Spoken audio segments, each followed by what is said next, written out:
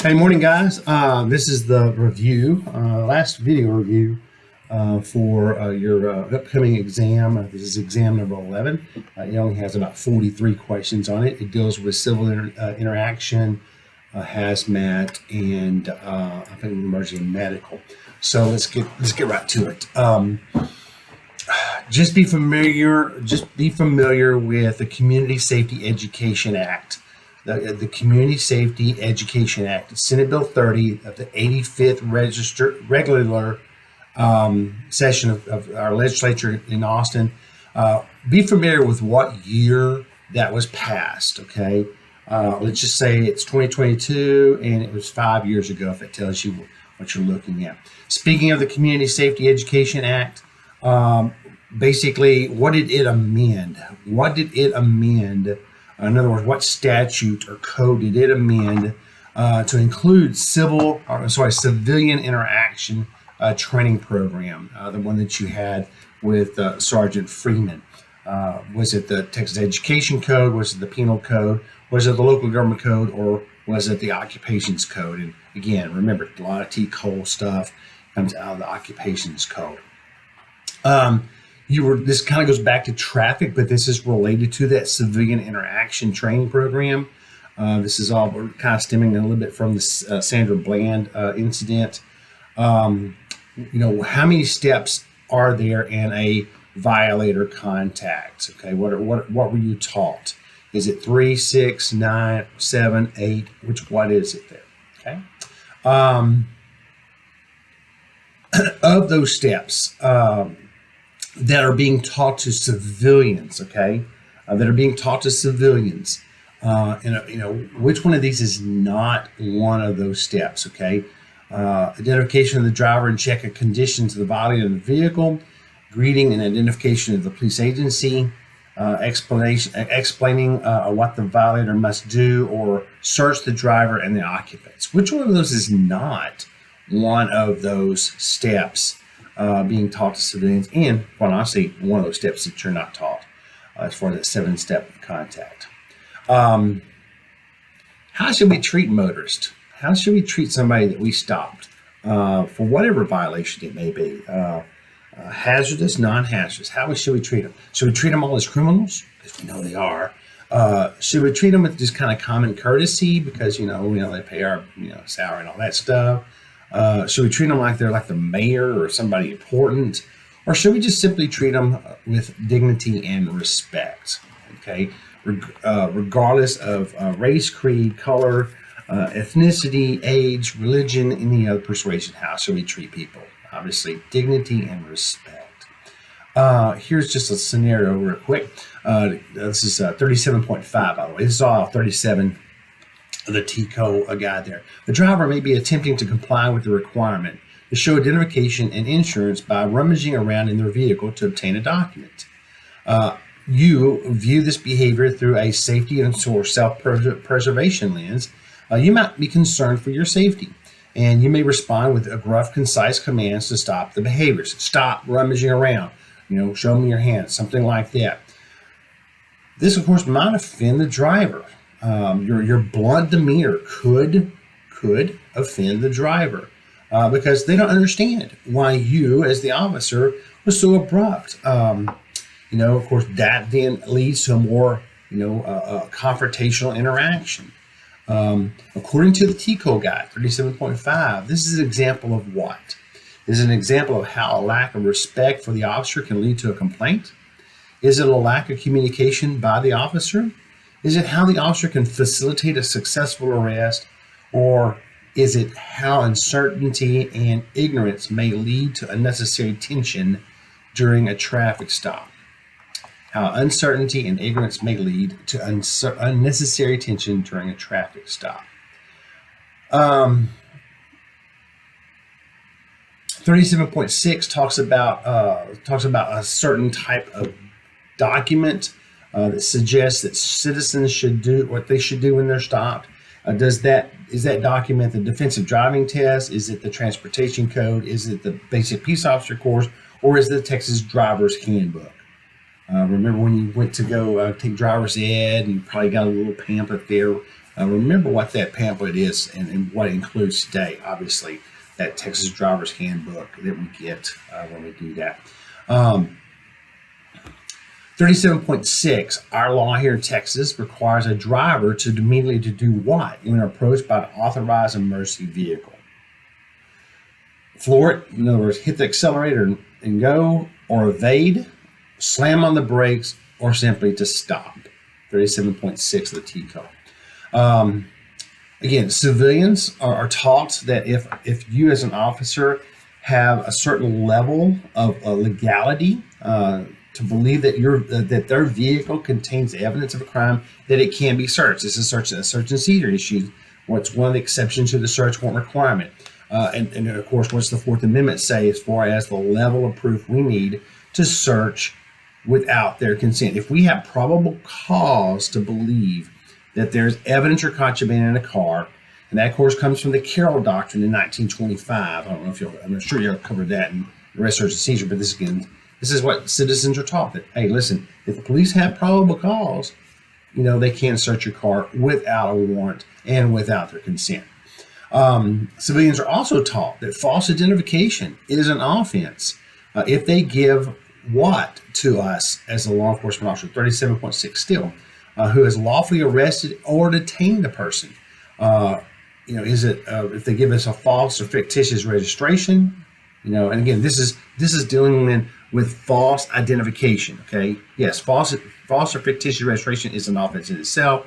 So is a false or fictitious insurance card. So is a false or fictitious phone number. But what is a person required to give us to sustain a false identification offense? A false or fictitious name. Okay. 37.6 also, civilians are also being taught that they will be subject to higher penalties if they do what while evading arrest or detention. If they use a vehicle to evade, if they use a watercraft to evade, if they cause injury to a person while they are evading, or all the above. Again, 37.6. What happens if you evade in a vehicle or in a watercraft boat, like a boat or jet ski, or if you cause an injury to somebody while you're evading a police officer who has tried to arrest or detain you? All of those, of course, would probably be good choices. 37.7 of your T code guide, civilian interactions with law enforcement basically are being recorded by what? We as officers who have the luxury of having body cams, bicyclists who may have a helmet cam, and a lot of them do. Company vehicles, a lot of those have cameras in there. Or how about all the above, among other things? Of course, cell phones and citizens and whatnot. So be concerned with that. 37.7. That's civilian interaction. The next group of questions are going to come from emergency medical.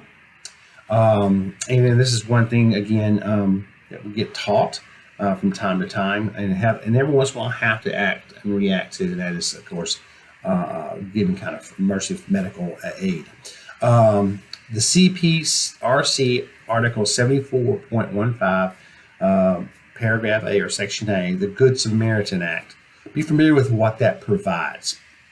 It's 40.1 of the T code guide. Does it provide that you are always liable for your actions if you have provided accepted and recognized emergency care procedures? That you are never liable for actions if you render any aid to someone, or you are not liable for actions if you, in good faith, administer emergency care, unless your actions are willfully and wantonly negligent.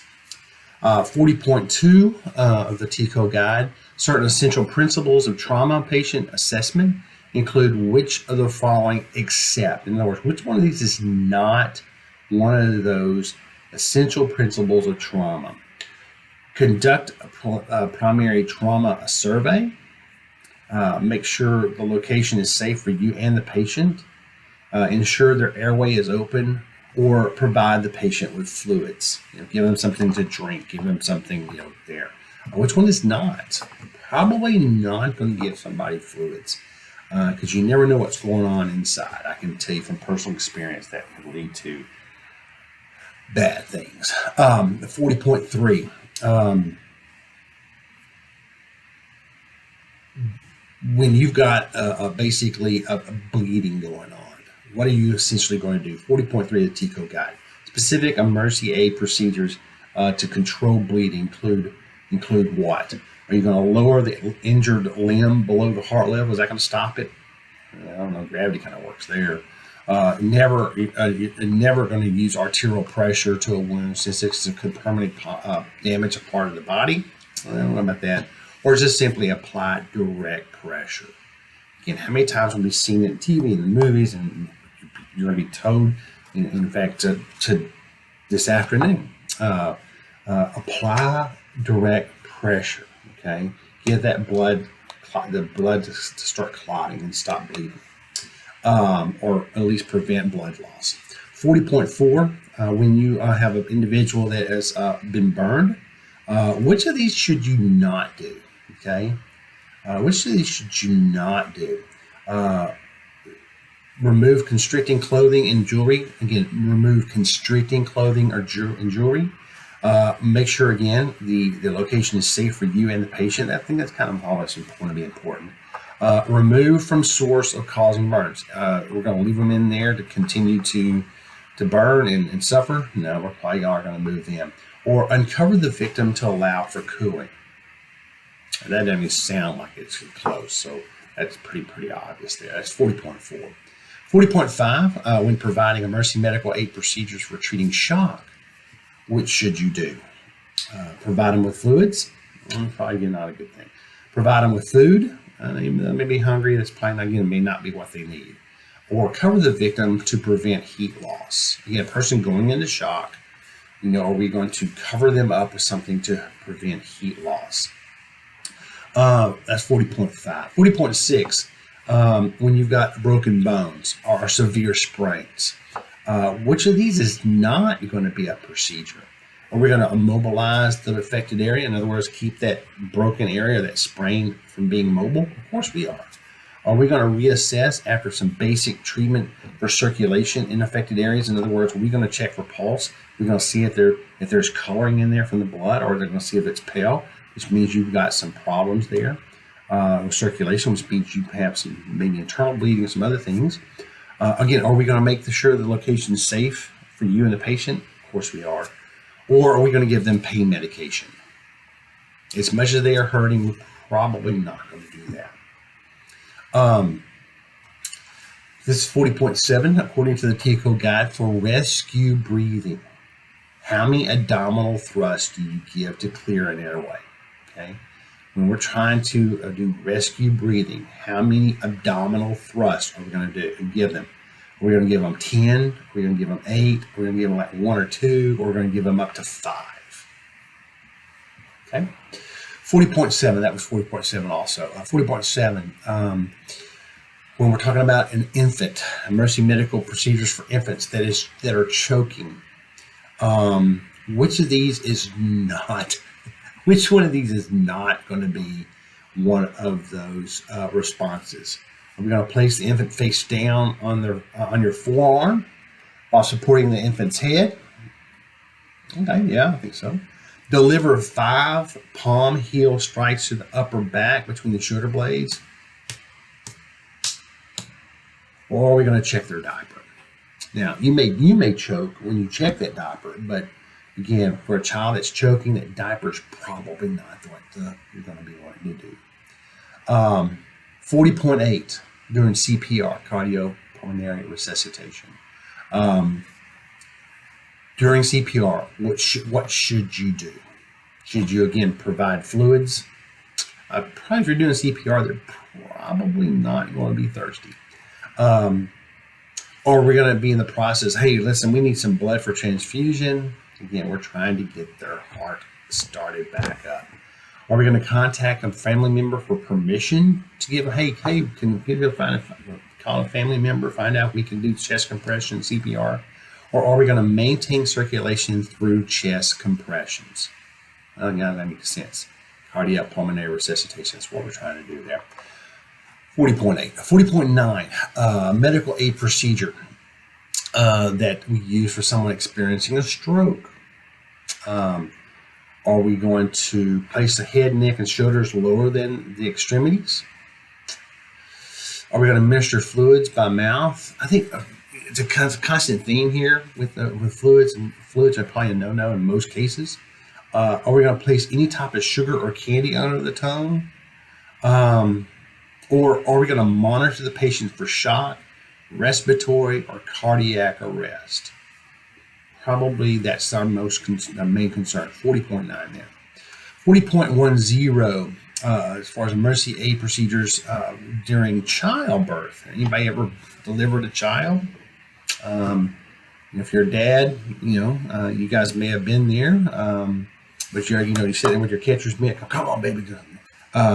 It's an experience. If you've never seen that, if you've never delivered a child, that's even more of an experience there. But in emergency aid procedures to employ during childbirth, what are we not going to do? Are we going to clear the airway? Of course we are. If the baby's not breathing, we're going to encourage to breathe or perform CPR if necessary. Again, if the baby is not breathing, encourage to breathe or perform CPR if necessary.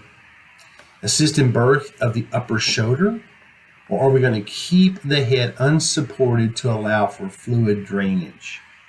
And it's kind of a weird question here. Emergency aid procedures to employ during childbirth include which of the following, except, which one of those are we not going to do? Keep the head unsupported to allow for fluid drainage.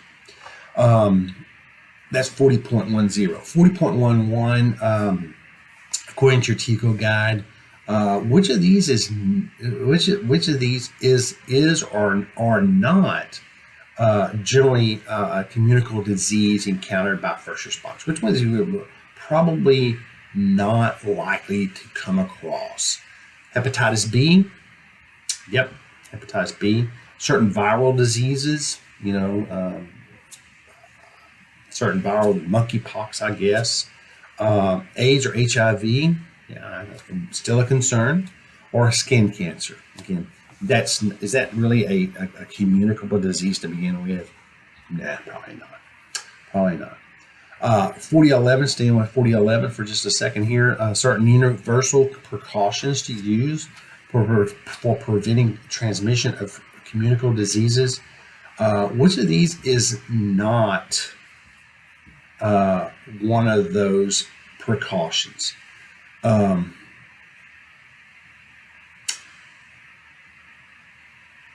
Avoidance, mask, washing after exposure, treat all persons as if not infected.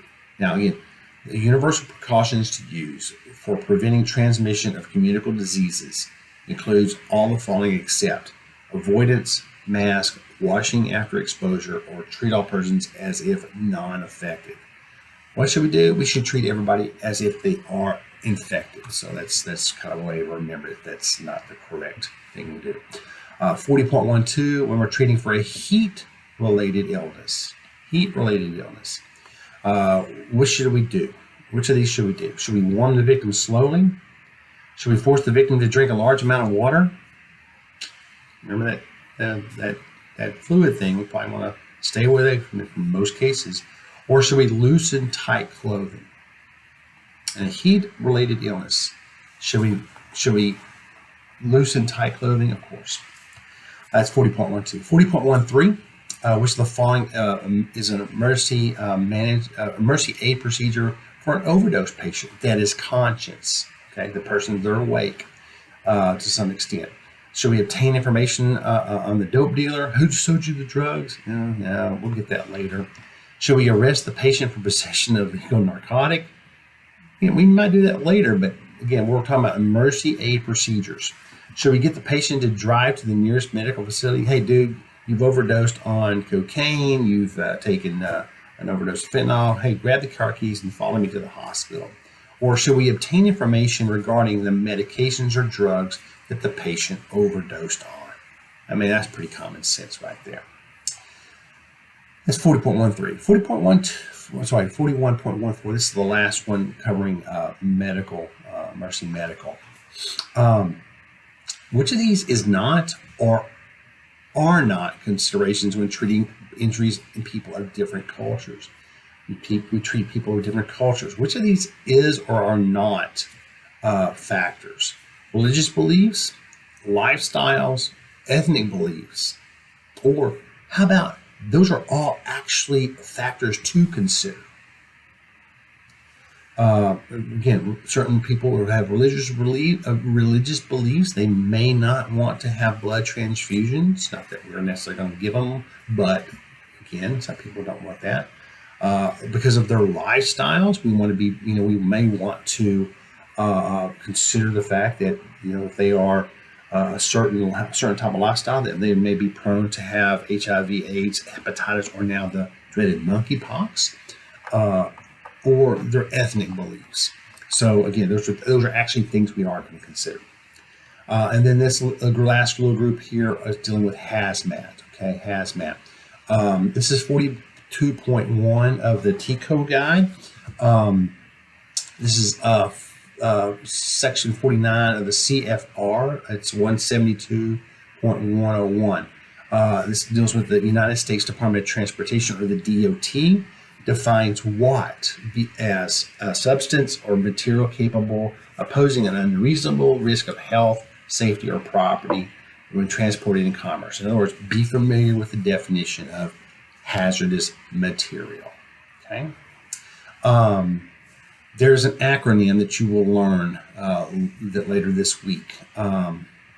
So that is CBRNE, Charlie, Boy, Robert, Nora, Edward, CBRNE. Which of these is not one of those correct letters of that acronym? Chemical, biological, radiation, natural, or explosive? Again, chemical, biological, radiation, natural, or explosive. The CBRNE. That's 42.1. 42.2, the TCO guide. Which of these is not considered a chemical material? Flammable substance like gasoline, petroleum, oxidizers, corrosives or acids, or bacteria. That's pretty common. That's common sense stuff right there. That's 42.2.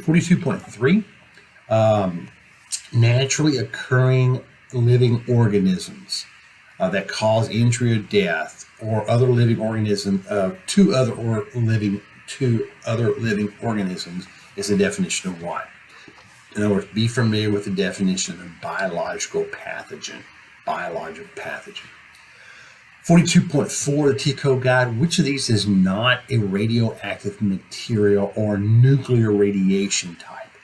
Alpha, beta, X-ray, or neon? Which one of these is not a radioactive material or nuclear radiation type? Alpha, beta, X-ray, or neon? 42.5, which of these is not a common explosive? Black powder, C4, ammonium nitrate fuel oil, or a carbonated drink and pop rocks? That's really, it does some cool stuff if you've ever done that, along with a Coke and Mento. But which of those is not an common explosive? Okay. 42.6, the study of adverse effects of chemicals or physical agents on living organisms is the definition of what? In other words, be familiar with 42.6, toxicology. Toxicology.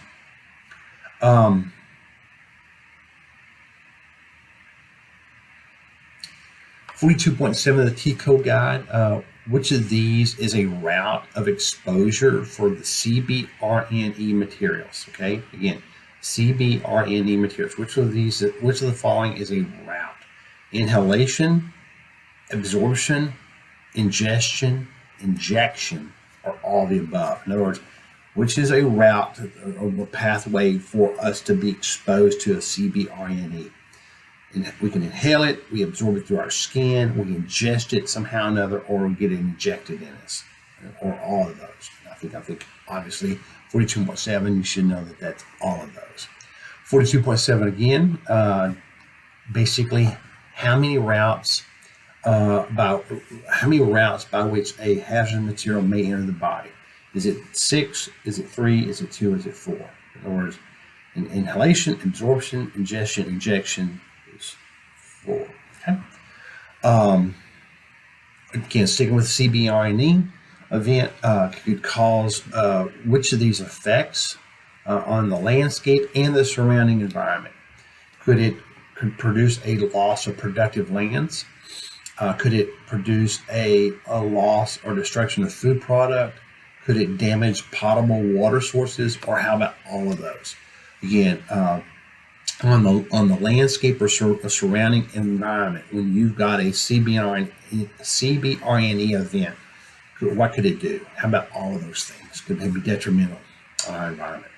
42.9 sort of basic procedures kind of for safeguarding lives when you have a CBRNE event is to use what's called the RAIN principle. Okay, the RAIN principle.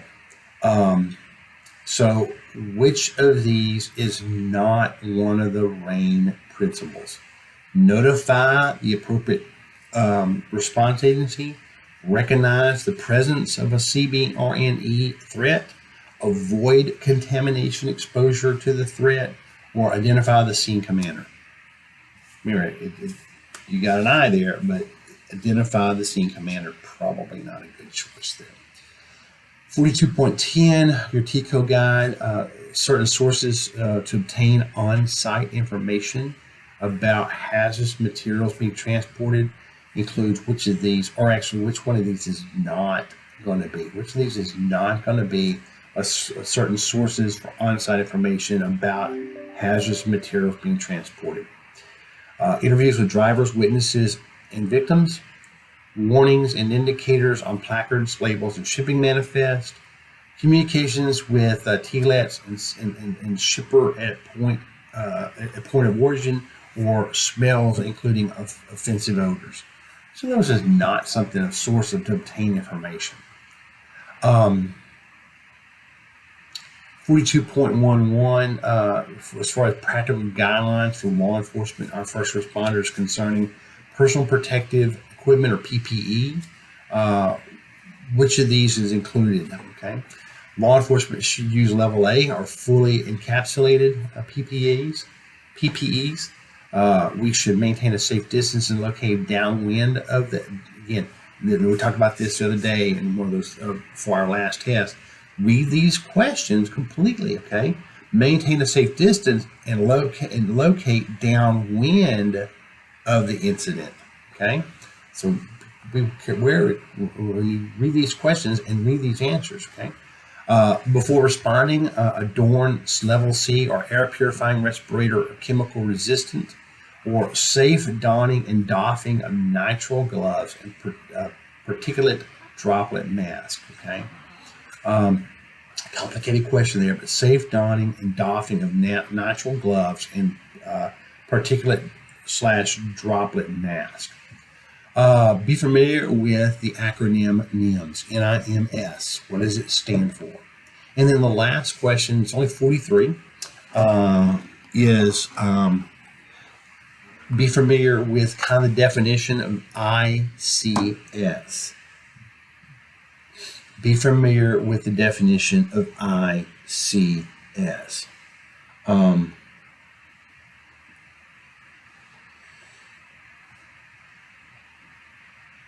It's the management system designed to enable effective and efficient domestic incident management by integrating a combination of facilities, equipment, personnel, procedures, and communication operating within a common organizational structure. Okay, ICS, Ida Charles Sam. Okay.